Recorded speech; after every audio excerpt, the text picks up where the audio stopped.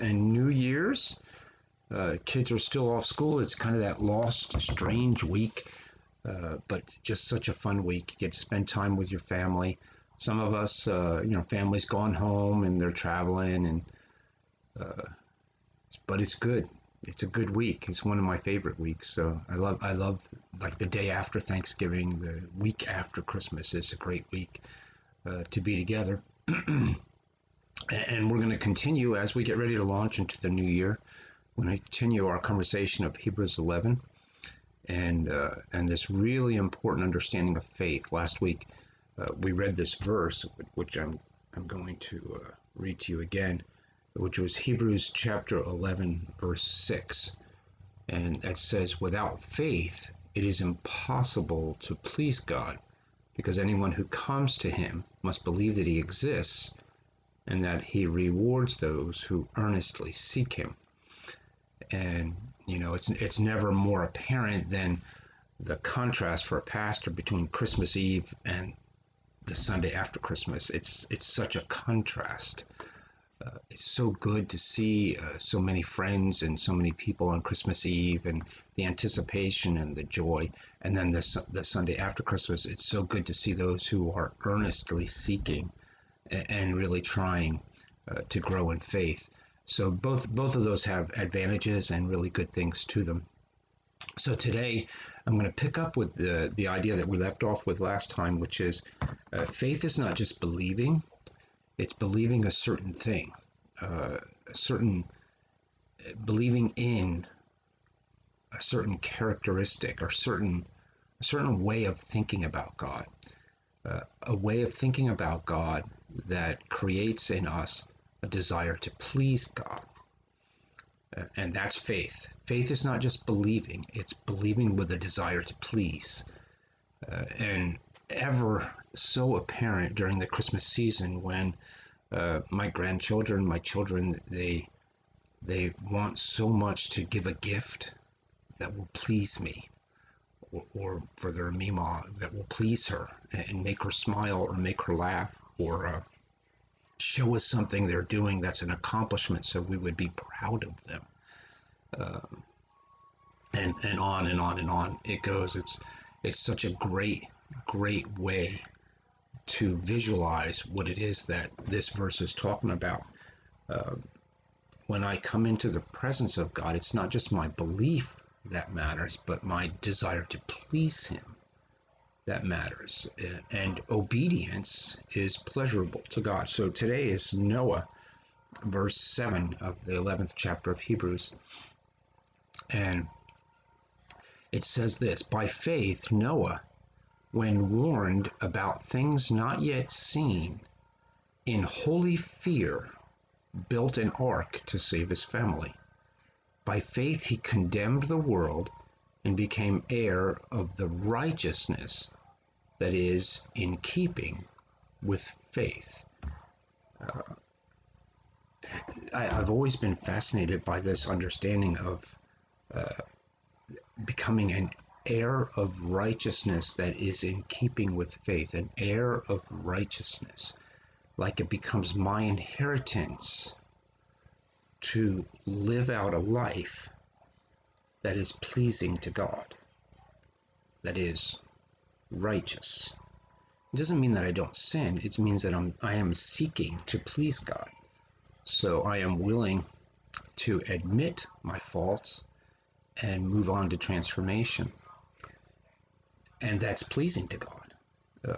What's displeasing to God is to not admit my faults and not have any thought about pleasing him. That would be unsatisfactory to my own soul. And so as we begin this new year, I want to encourage you, like Noah, to be obedient and to become an heir of righteousness. And that doesn't mean just like in the afterlife. That means that today I'm to take steps toward holy living that I haven't taken before. And transformation that leads unto right living. That's what righteousness is, right living in the eyes of God. And so if I can take a step toward right living, in the eyes of God, then I am living out my inheritance. And that is ever so important for you and for me, to live out our inheritance, which is to become righteous. And that's where we're all headed anyway. So just kind of in summary, and go back, and then we're going to move forward again. Next week we're going to start talking about Abraham. And so without faith, it is impossible to please God. Faith is both the belief and the desire to please. And if I don't have both of those things, I can't please God. It doesn't matter what I do. It doesn't matter how I think. It doesn't matter if I help people, if I'm doing it in my own name or just to honor humans, other people. It's not pleasing to God. I do things to please God. And those things are the things of service, worship, and praise, generosity, all of the gifts of the Spirit, all of the things that we're becoming, we're being changed into. We do those things to please God, and then that honors God, and that's faith. And here's what I've learned, at least with my faith. When I exercise a little bit of my faith gets stronger, and then stronger, and then stronger. And sometimes it's 2 steps forward, 1 step back, but sometimes it's not. Sometimes it's a step or 2 forward, and then you just kind of linger there for a while until the next opportunity to take another step. And that's been a little more of what my journey's been like, is a step or 2 forward, and then I just kind of linger there for a little while until I realize, oh, there's more that I need to learn and more that I need to do in order to grow in faith. And so that's the real challenge, is not to get stuck or to fall back in our faith. And Noah, in order to move his faith forward, he actually had to do something, and the way it's described is he had to do something that was contradictory to what society thought made sense. The society in which he lived, they mocked and ridiculed him for acting out in righteousness. And unfortunately, in our society, that's starting to happen to Christians all around. We're being mocked for living out lives of righteousness. And we shouldn't let it deter us or pull us back, but see it as an opportunity to move forward in our faith. And so as 2022 gets ready to launch into our lives and we get ready to enter into it, one of the things I said in church yesterday was, as Christians, we need to push forward the gospel instead of retreat from society. That be a salt and a cleansing word to people, even though they would mock, ridicule, deny, or abandon our thought structure. We still push on, we press on, because that's what God wants us to do. That would be pleasing to God, to live in faith and condemn the world, but not condemn it just with our words, but condemn it by not participating, and then also saying this is what is right. Sometimes condemnation is you shouldn't do that, you shouldn't do that, you shouldn't do that, you shouldn't do that. And I think there's another way to raise up righteousness, which is to set up the goal and to talk about what it is that we should be.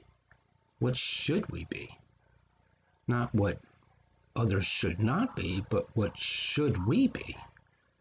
And in so doing, as we reach toward that goal, we condemn all who would not be that. Actually, God does the condemning. And so this year, what I said in church was, let's just hold up what we should be.